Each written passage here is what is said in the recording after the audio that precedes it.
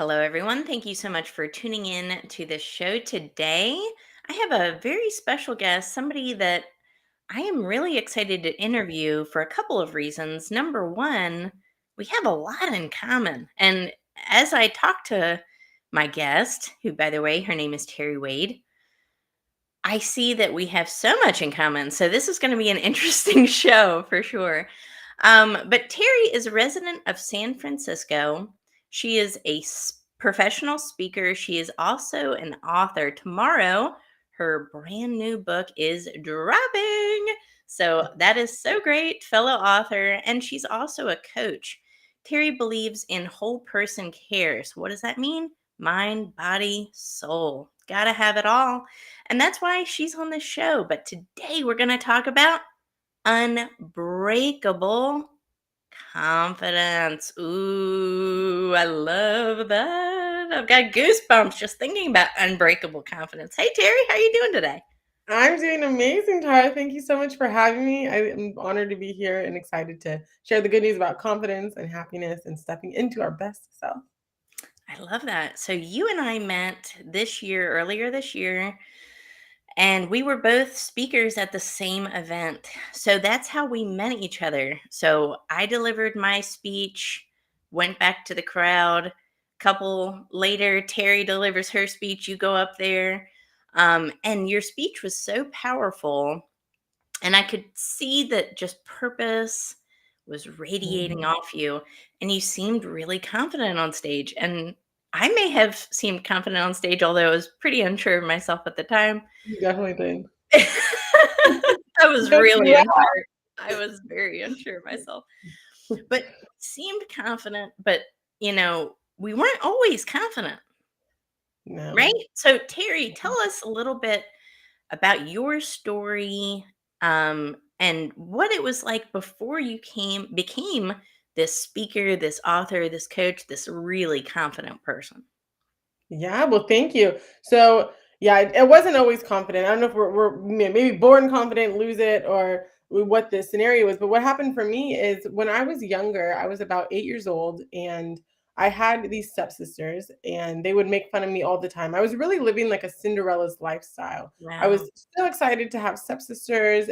My mom was just the sweetest person, so I started reciprocating this just very sweet, wanting to do things for them. And then they really took it for granted. And then they started blackmailing me if I didn't do the chores or I didn't do things for them. And so with that, yeah, it just became this whole Cinderella story. And my mom had gone to rehab. My dad just worked around the clock to give us the good life, right? Amazing man, and everyone's love language is different. His is definitely giving gifts and acts of service, and mine's really quality time and touch. And so, now with all the personal development, I've learned a lot. But in that moment, I was at such a low point where I was thinking, if this is life, then I want nothing to do with it. And I actually created a plan to end my life. And I had told my friend about the plan. I had one friend, and then she immediately told her dad. And then my dad had picked me up and we had gone to therapy. But I was at this low point. With the bullying, I lost my self confidence. I lost my self belief, my self love, my self worth. I just didn't see a point in wanting to live and do this life thing anymore. I didn't have a sense of purpose. I didn't know who I was. And so that's kind of where I started, where I didn't have confidence. I think as a very young child, my mom was saying I was very talkative and outgoing to people. But that moment, and I feel like a lot of us have these defining moments in our life, and it's really the meaning we give to it, which I've now made a new meaning for it, and which has helped me step into my purpose and be able to share a message. But before, I just made it mean that I didn't matter. My voice didn't matter. Who I was didn't matter. And I just played small. I actually stopped talking for a while, only if like immediate family I would talk to. But if you were just an acquaintance, I would just kind of like smile and look away. I didn't want to be seen. I just wanted to play small. So that's kind of where I started, not having any confidence. So for people to see me now, they really get blown away because I didn't Yeah. talk. I'm on stages speaking to people, and I go live all the time, and I want to share the good news of happiness. I want to share the good news of how you can create your life. I really believe we can, manifest, and manifest really means to bring forth. So whatever's already in you to bring out into the world. We are so powerful. And I've developed a deep spiritual foundation. And with the spiritual foundation, it's really taken me to just new heights of confidence and new heights of personal power and happiness and a sense of meaning and purpose in my life. I love that. I'm a big believer in it as well. I'm a very spiritual person. And I realized that, when I was really struggling with confidence, I wasn't what I call tapped in, right? I Mhm. feel like I had a really close connection with my spirituality, with what I believed in. But I'm with you. Like once I really started understanding who I was, what I believed in, and that there was, a higher power out there, it made me start to feel really confident too, because I started to realize that, we're all made with so much potential, and there's nobody out there that creates one person to be confident or successful and have abundance and wealth, and for somebody else not. Like, that's not how it's intended, right? So I think that we're all fully capable of living our best lives, but it does help when you take care of that whole person, the mind, body, the soul. But you really got to tap into what you believe in, don't you think, and align with that, right? Oh, it's so true, and I think for everyone that is feeling like a lack of confidence, there is tools and techniques we can use. I know you have your amazing book that I got on Amazon. I love it. But there's tools we can use to come back to confidence. But even before the tools, believing in yourself and believing that you're here for a purpose. So I think tapping into that spirituality sense, whoever it is that you, hey, there it is, whoever it is that you believe in, and for me, it's all comes from the same source. So whatever name you want to put on it, names are just symbols, anyways. So whatever it is that gives you that connection, that sense of meaning and purpose, and so what that was definitely the reason that's given me more confidence because I believe we are guided and supported and I believe the end is good. So we don't have to worry in the meantime. We just show up and do our best. And we in this world, we really for me, like forgiving the past and telling a new story is so important. And telling a new story about what happened to you and telling a new story about what's possible is so important to understanding who you are and what your power is. Just in terms of belief. So instilling that belief. And then yeah, there's the tools on confidence too. We can definitely dive into which Yeah, yeah, you I definitely love know that. about, and I talk about in my book too. My letter C for the A to Z happy is confidence. So when you're, talking about confidence, I'm like, that is one of the fundamentals of being happy and living a, prosperous, happy life as well. Absolutely, that's right. So your new book that's launching tomorrow, holy cow. Ah. The C in your book stands for confidence, and it's so important. And for years of my life, I didn't know. I knew I was lacking confidence, but it's not like I put a label in it or something. I wasn't walking around saying, "Oh, I'm lacking confidence. How can I?" I actually was just thinking I was depressed.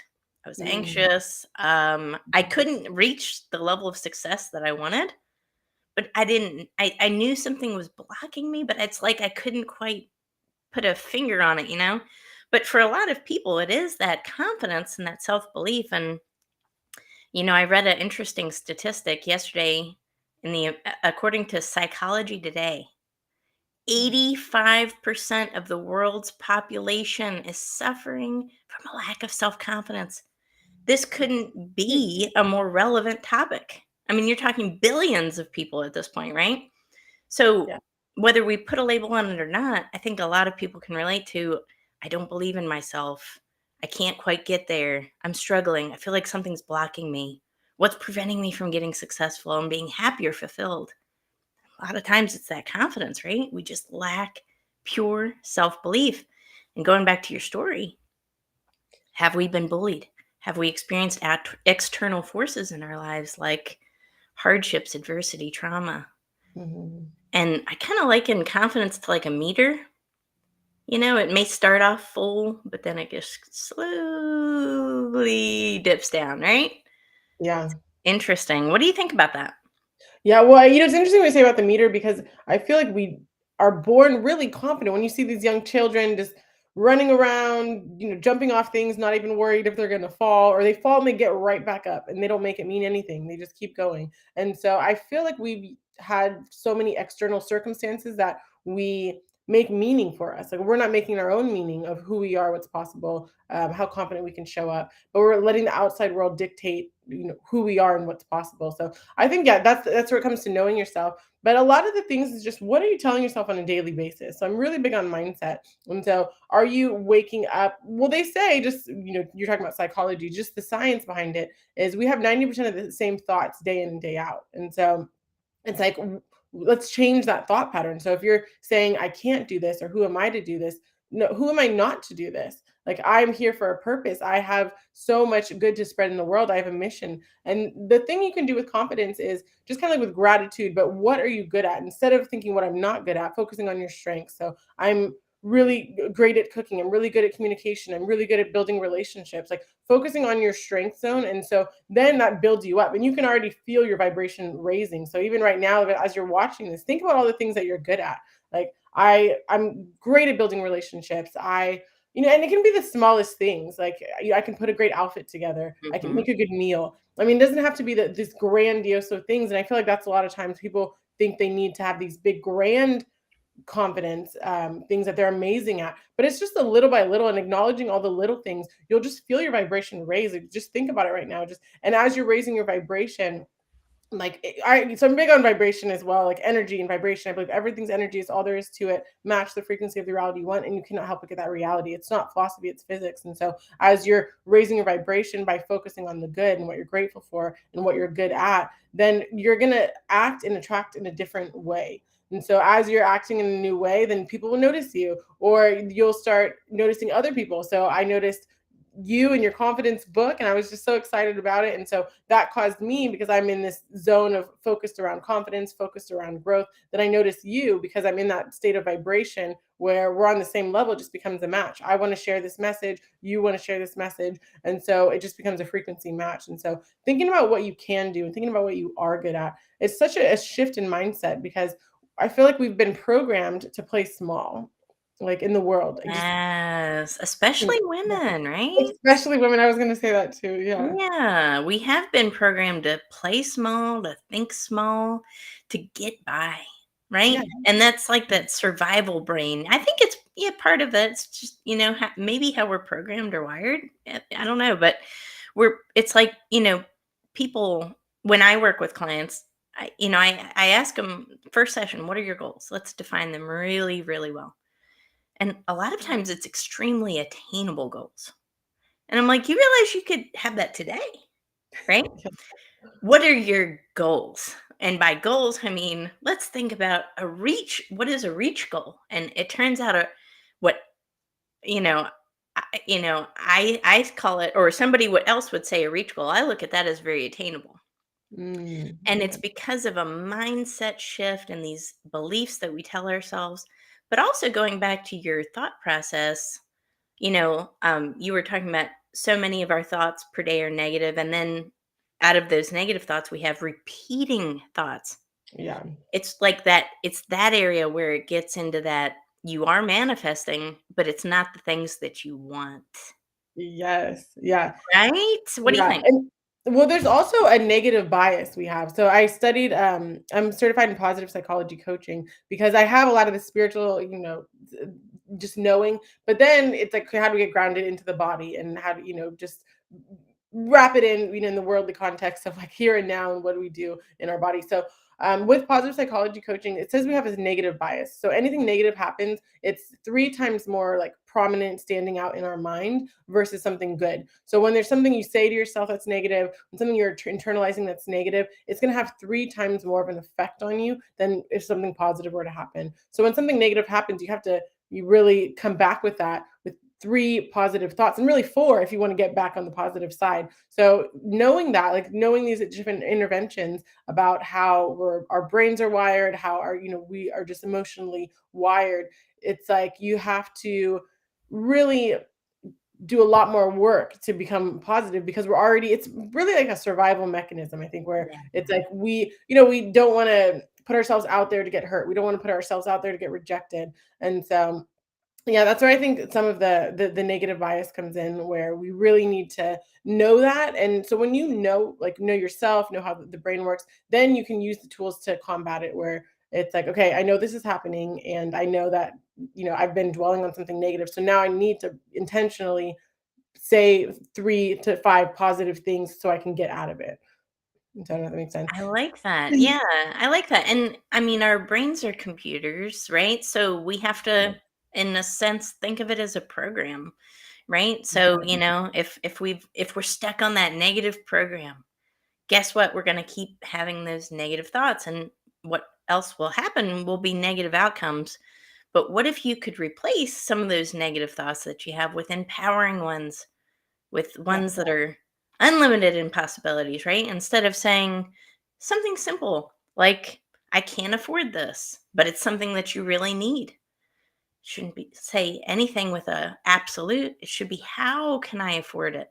Ask Exactly. leading questions instead of making absolute statements, and then think positively. Okay, so now I'm thinking, how can I afford this instead of I can't afford this?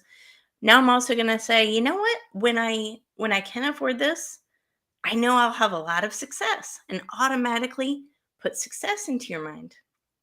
Yeah. I think a lot of times we automatically set up ourselves for failure before Yeah. we even start something. I see that a lot in coaching clients as well, that they automatically think they're going to fail before they start. So it delays their starting.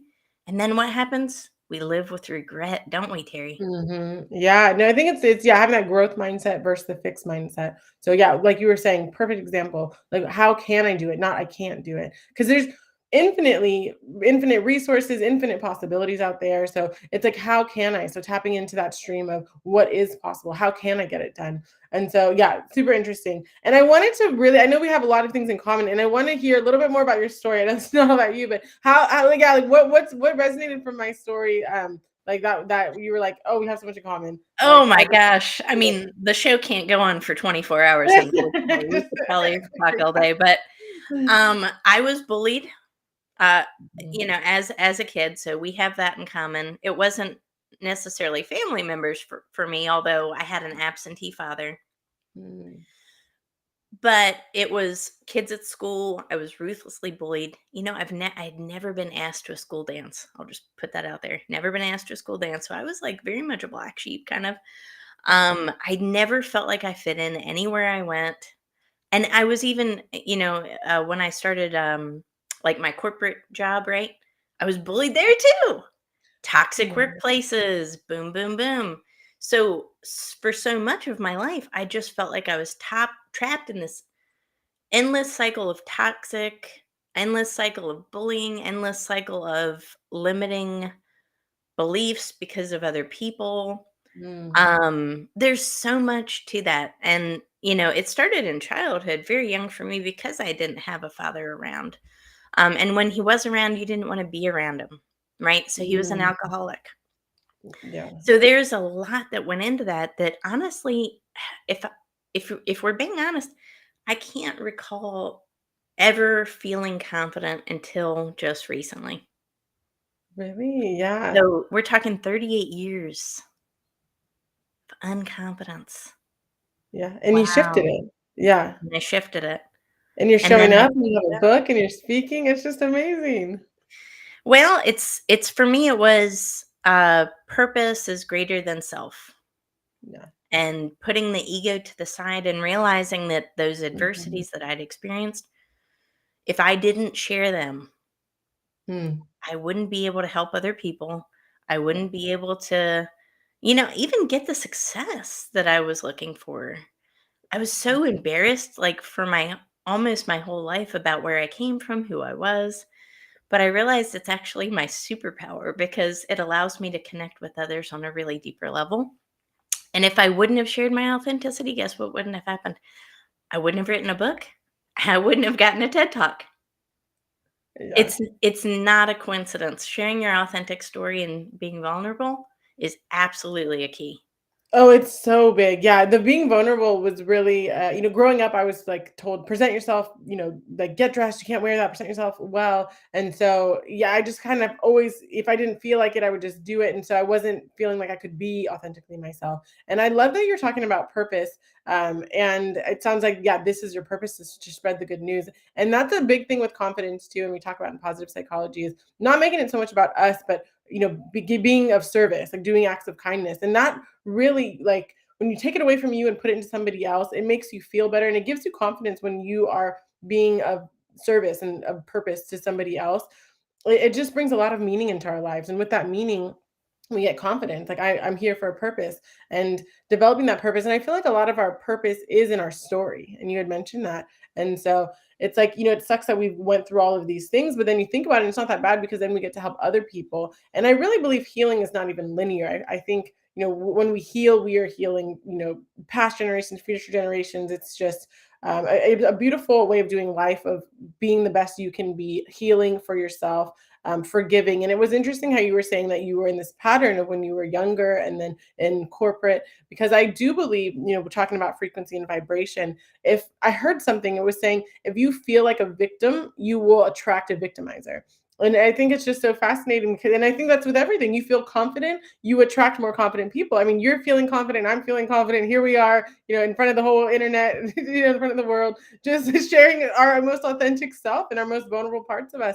But it's because that like attracts like. And so it's like, who do you want to embody, who do you want to be? And if you really want to have these big goals and you want to step into your purpose, then just feel that. And once you vibrate that and feel it, then you're going to just start acting and attracting in a whole new way. And so but the purpose is big, and not making it about you. And that was the big thing I had in the beginning, was I'm like, how are people going to see me, and what am I going to look like, and am I going to be, it was just so much about me. And then that's then when you're in this little egotistical world of me, then it's just, then it's like, we're not perfect. So it's setting myself up for failure. Like I'm going to fumble over my words. I'm going to, we're just going to happen. Like, we're not perfect beings. And so you can always, practice and use the tools, take the coaching. I think coaching is essential to Yeah. getting a step farther in life. Even if, like, say, like, Michael Jordan, like, he had a coach, but he was the best. But still, to become the best and stay the best, you still have to have a coach. Not necessarily the coach is going to be a better basketball player than you, but to have that accountability and have the tools. And there's just so much around coaching. And without personal development, I would definitely not be where I am today, without having the coaches to guide me, to keep me on track. It's really just essential to helping me have the confidence that I have today too. I love that. We're so aligned. My gosh. And, Yeah. purpose is so key because, in the beginning of our talk, we were talking about strengths, right? And, Mhm. when you're aligned with your purpose, you're naturally leaning into your strengths. You're not going against the grain. You're not trying to, climb an insurmountable mountain. Yeah. It's a natural gift, right? And just recognizing it and not downplaying it, leaning into it. A strength I have is just teaching, right? I like to be a guide. So I guide people. I like to teach. And turns out that's just a natural strength. So what am I going to do? I'm going to keep showing up. I'm going to keep teaching. I'm going to keep adding value, right? It's a natural strength. Part of my purpose is to help other people get confident, right? Because of my story and what I went through. So I'm going to use that adversity to now catalyze and galvanize other people to become Mhm. confident. But I want to tell you something because this is really interesting. When I first had my meeting with my now TED organizer, we were on a Zoom call together and she asked me something. She asked me, "Why you?" And you know what Mm, I said? I said, "Oh, it's not about me." I said, yeah. "This has nothing to do with me." I said, "I need to spread this message to help other people." Yeah. And because of that, it made it so, right? So that opportunity came into fruition because I was not self interested. Yeah. I had an interest of helping others. And I think that is the absolute key, right? Don't you think, Terry? It really, really is. Yeah, yeah. No, yesterday I had started feeling it's just a sense of just a lot going on. And so I went for a workout, and that, helped release endorphin. But then I'm with the book launch, giving prizes away. And so I got in such a good mood thinking about what am I going to give people and what do they want? And how can, what's going to make them happy by getting these gifts? And so that completely shifted my mood. I just started doing, and it's interesting because you think if something's going on with me and I'm feeling down or not, where I want to be, that you would be something internal that you have to do. But really going out and just creating these prize boxes just made me so happy, and it made me feel purposeful and shifted the energy. And so, yeah, doing things for others. And for me, in a spiritual sense, we're all connected. So when you do something for others, it's coming back. There's just an ebb and flow, and it's Mhm. not like you're doing it to get something back, but that's just the nature of the universal laws that we're working with. It's just Yeah. you give and you get back. And so when you're giving out good energy, you're getting back positive energy, not necessarily from like the person who's going to get the prize, but yeah, it just feels so good knowing that I'm going to help somebody and bring some light to somebody's day. Well, that's good. I mean, that's certainly the model I took with this book launch as well as prize giveaways. And it's the first lesson I teach in my book is give more. It's very simple. That's the very first lesson in the first 2 pages. Give more. And when you give to others, like you said, you get it reciprocated back to you in unique and different ways. And you know what? You're always covered. I had an incident, I think it was maybe this spring, maybe something like that. There was a gentleman in front of me at the grocery line, and he didn't have much. He had like coffee and donuts. And I told the cashier, I said, "Hey, just ring him up under me. I've got his stuff." That's Well, it so was like good. 15 bucks, right? It didn't take a lot of Yeah. energy and effort on my part. But you know what? He was so, you wouldn't have believed, smile ear to ear. That's He was funny. like jumping. He was so excited. Yeah. I Amazing. and I said, "I just have a good feeling." So I went to the lottery machine and I just got a ticket. Guess how much I got back? Yeah. $15. It No was, way. I swear, it was I like love it. it was a little over the amount that I gave him, and I said, "This is absolute proof. It always comes back to you. Yeah. You just have to keep that high vibration, keep giving, because that high vibrational state is built on that giving, that gratitude, that love for others, don't you think?" Oh, so much so. I love that story. I really love that story because it's just proof like there's no lack. I really don't believe that there's any lack. It's just abundance. But if you live in lack and that's your focus and that's the vibration you're in, that's the state you're in, then you'll experience lack because that's what you're focusing on. What we're focused on grows. But when you give in abundance and you are just like this is gonna come back and you're like letting go and you're surrendering, you're not making suffocating anything. It's like I am okay. I'm guided. It just works out. It definitely works out. It just in flow. And then also you felt it. You went with that feeling and then it came back to you. Like you even went for the feeling of, playing the lotto and it happened. And then so not only, did you get your money back, but then you got to give somebody else a beautiful gift.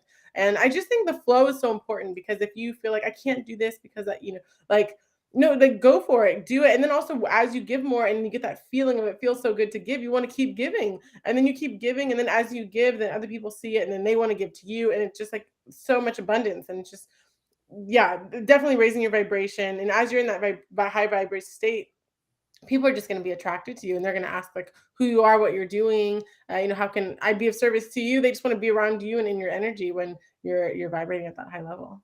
Absolutely. It's contagious, right? It And I feel definitely like confidence is a vibration too, I yeah. feel like not a lot of people talk about that. We talk about different vibrational states, there's anger, there's apathy on the lower ends, but at the higher ends there's joy, there's love, there's gratitude. But confidence is a vibration too, and I feel like, really confident people, if you've ever seen a really confident person, they're like magnets. They just attract more and more success and all these opportunities and things to them. And it's like a magnetism. It's like they have the power of gravitation. That's what I like to think of it, you know? Yeah, yeah, I I love love that. That is so powerful. But Terry, I know everybody's going to be interested in your book. Again, it launches tomorrow. Where that. can they find it? Where is it available? Where is it going to be on? Yeah, it'll be on Amazon and it's A to Z Happy book. It's A to Z Happy. And it's a 30-day guide to making happiness a habit, stepping into our purpose, and living out our most abundant life. And so, yeah, you can find that on Amazon. It'll be available. The ebook will be available tomorrow. And then in a couple weeks, we'll have the physical book launch.